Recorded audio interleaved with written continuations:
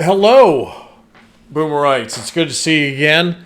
We're going to do a back-to-back history reaction today, I guess, because the very next one that I see here is from, how do you say it? Jane Potsy? Jane Potsy. Jane Potsy or Jana Potsy? I'm going to go with Jane Potsy. It's probably your name's Jane, right? Anyway. Who says, the horrible history suggestion made me think of Drunk History series, which is great. Which is great. Can search for them on YouTube, but here is an example. I have heard of Drunk Histories. As you said, apologies if somebody has already suggested it. Yeah, I've heard of Drunk History. I think I even heard of it before I even started doing reactions at some point. So, I think it's on some network in the States too. Maybe Comedy Central, because that's what the symbol, it says Comedy Central UK, I think it is. Let me see here. Yeah, Comedy Central UK. So maybe it spilled over to the Comedy Central in the States. So I have heard of this. I think I heard of it before I got suggestions for it too. But I'm surprised at myself, honestly, for not getting around to doing a Drunk History reaction yet. Is there an American version of this show? Is that why I've heard of it? I'm not sure. I don't know. Somebody get back at me about that. But this particular video that Jane has sent in, this is Tom Rosenthal's accurate retelling of how the Great Fire of London started. Wow. I have heard of this. I've never really read much about it, though, the Great Fire of London. Wasn't there, like, multiple London? But there was one big one that, like, destroyed the whole city, right? Or something like that? I don't know. Anyway, how about I'll do the reaction, and then afterwards I'll read a little bit of the Great Fire of London. So, anyway, let's hear it from these guys. So remember to like, subscribe, do whatever you guys want. Thank you, Jane, for sending this in. And let's check this out. I'm curious, because this is this is my first time history. So here we go. Our next story is about how a tiny mistake in a bakery ended up burning down the whole of London. First of all, that sounds like Jimmy Carr. That is definitely Jimmy Carr's voice. Our next story is about how a tiny mistake in a bakery ended up burning down the whole of London. Best bake-off episode ever. Tom Rosenthal drank 3 pints of lager and the best part of a bottle of whiskey before trying his damnedest to remember what happened. I'm going to tell you about one of the greatest disasters in British history that could have been prevented if one man just did his job. I forgot that Tom Rosenthal is my boy from Friday Night Dinner and Plebs. Oh, I like this guy. Ladies and gentlemen, this is the Great Fire of London. 2nd of September, a baker called Thomas Fariner went to bed. They all said the oven was off. It ain't off. The oven is fucking on. And the fire starts because they left the oven on, right? His house burnt down. Bam. Bakery gone. All the houses next to him, bam. Because it was a hot September. It was windy. Pudding Lane, it's just up. Okay? And, okay, I'll tell you what happens, right, is the mayor, Bloodworth, his little mate, his little servant man, is like, oi, Bloodworth, sorry to wake you up and shit, but there's a fire. There's quite a big fire going on in the city that you're responsible for. And Bloodworth's like, oh, mate, I don't give a shit. It's my 46th birthday. That guy's in it. What is that guy's name? Because I see him in, like, he pops up, like, randomly in, like, everything that I watch that's UK-centric. When it comes to, especially shows. And you're waking me up. Is it a surprise birthday fire? And he's like, no, you gotta go down Pudding Lane. There's a fire kicking off. And Bloodworth's like, oh, you're kidding me, man. So Bloodworth rocks down to Pudding Lane, and he's like, this is bullshit. I don't care about this. This is a little like flicker. This is like a candle to me. And then he says this immortal quote. He says to the firefighters, this isn't a fire. A woman could piss it out. He says that. which I find offensive because first off, it's underestimating the strength of the Great Fire of London, but secondly, it's misogynistic. It suggests that a woman's piss is less powerful than a man's piss, and ultimately we all piss the same. And the firefighters are like, no, Bloodworth, seriously, this is a serious fire. London's going to go up if you don't do something. Bloodworth says to the firefighters, just use your little pistols, like use your little things, and they're like, Bloodworth, you're a fucking idiot. Seriously, this ain't gonna put the fire out. And he's like, I don't give a shit about the fire. And the firefighters like, honestly, Bloodworth, we need a decision. Should we pull the houses down around the fires? Because it will stop the fire from spreading. And he's like, oh, fuck you, I'm going back to bed. So he goes back to bed.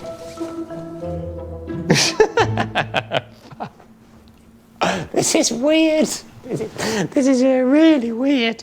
You're just all accessories to this. You're just basically illegal what you're doing. You're just filming this. I'm like a monkey or something. I'll stop. So that's the end of that take. Great take, guys. Great take. Nailed it.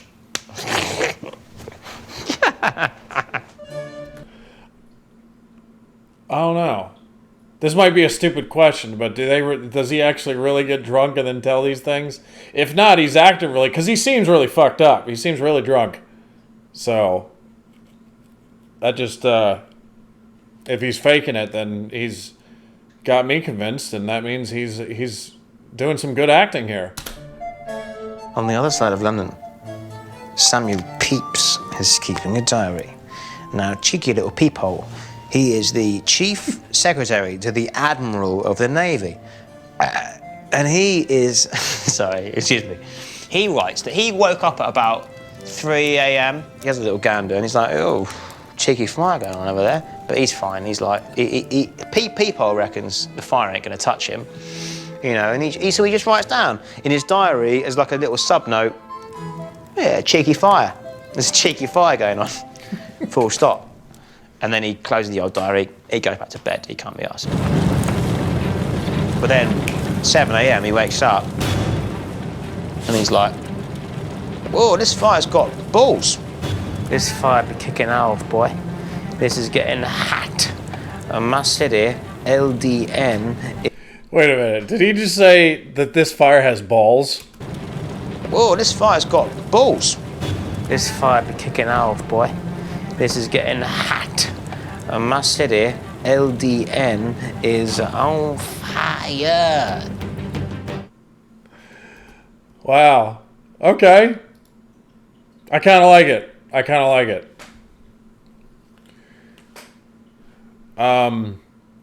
I like that they do the little skits and they just have to act out the drunken narration of Tom Rosenthal. That's actually really funny.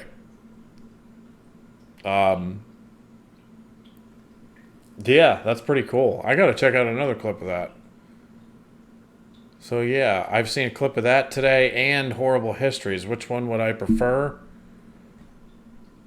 I don't know. I think I like this one a little better, honestly, because just the laid back bullshit casual nature of it, you know? And then the fact that they actually have to have actors act out this drunken narrative, which is funny to me. So I think that I'd give this one the edge over Horrible. Horrible History seems more like a kid's program, but I guess because I'm an adult, I feel like I would like this a little better. I don't know. It's a good comparison. Anyway, now that we've watched the video, which, again, Jane, thank you for sending in. Let's look at Great Fire of London, 1666.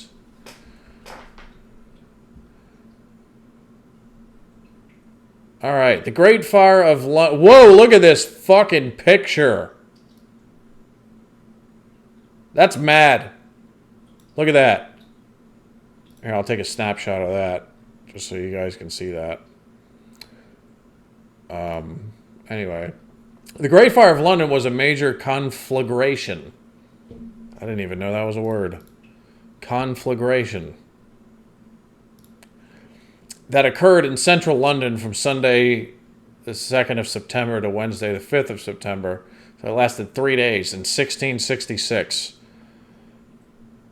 Any coincidence that it's got 3 sixes in there for the religious people that are watching this? Gutting the medieval city of London inside the old Roman city wall while also extending past the wall to the west, the death toll is generally thought to have been relatively small, although some historians have challenged this belief. The fire started in a bakery in Pudding Lane shortly after midnight on Sunday, September 2nd, and spread rapidly. The use of the major firefighting technique of the time, the creation of fire breaks, by means of removing structures in the fire's path, was critically delayed by the hesitation of the Lord Mayor, Sir Thomas Bloodworth. What a fucking good name that is. Sir Bloodworth. By the time the large-scale demolitions were ordered on Sunday night, the wind had already fanned the bakery fire into a firestorm which defeated such measures. The fire pushed north on Monday into the heart of the city. Order in the streets broke down as rumors arose of suspicious foreigners. Said it's always the foreigners. It's always those damn foreigners that cause all the problems, isn't it? The fears of the homeless focused on the French and the Dutch. That was sarcasm, by the way. But you guys, since you're British, you probably already know that. At least most of the people watching this are British. The fears of the homeless focused on the French and the Dutch, England's enemies in the ongoing Second Anglo-Dutch War. Oh boy. These substantial immigrant groups became victims of street violence. On Tuesday, the fire spread over nearly the whole city, destroying St. Paul's Cathedral and leaping the River Fleet to threaten Charles II's court at Whitehall Palace. Coordinated firefighting efforts were simultaneously getting underway. The battle to put out the fire is considered to have been won by 2 key factors. The strong east wind dropped, which was mentioned in the video, and the Tower of London garrison used gunpowder to create effective fire breaks, halting further spread eastward. This is an interesting picture here. Although I imagine London is much bigger now, but let me make this a little bigger and then take a snapshot of that. There. This is the city where the wall is, and then Jesus, and they took out all that shit. That's a lot. That looks like 80% of the city. 90% probably. Amazing. All right, let's read the last bit of the summary here. The social and economic problems created by the disaster were overwhelming. Flight from London and settlement elsewhere were strongly encouraged by Charles II, who feared a London rebellion amongst the dispossessed refugees. Various schemes for rebuilding the city were proposed. Some of them were radical. After the fire, London was reconstructed on essentially the same medieval street plan, which still exists today. I think Al Murray mentioned something about that when it came to the bombing during the Blitz, that the areas that were of London that were destroyed were just rebuilt the same way they were before. Do you guys like doing that? I mean, hey, I've never been to London, obviously, not yet anyway. I'll probably fly in there whenever it is I make a trip to the UK. That'll probably be the first place I land in. But maybe they rebuilt it that way because it's fucking beautiful, you know? Anyway. Anything else important here that we could, without making this a long, drawn-out video? Impact. The fire caused the largest dislocation of London's residential structure in its history until the Blitz. And I just mentioned the Blitz, wow. Yeah. Approximately 9,000 new houses were built in the area, in which over 13,000 had been destroyed. And by 1674, thousands of these remained unoccupied. Tenants who did remain in London saw a significant decrease in the cost of their lease. But, yeah, I'm sure there was a lot of other consequences of this. But anyway, very interesting. And yeah, I really like the drunk history. That seemed. I like the concept. You have somebody drunk narrating it, and then you have to hire a bunch of actors to act that shit out. That's actually pretty funny. So I like that. Anyway, thank you, Jane, for sending this in. Appreciate it. First time checking that out. Remember to like, subscribe, do whatever you guys want, and I will see you again soon. Have a lovely day and stay safe. Peace out.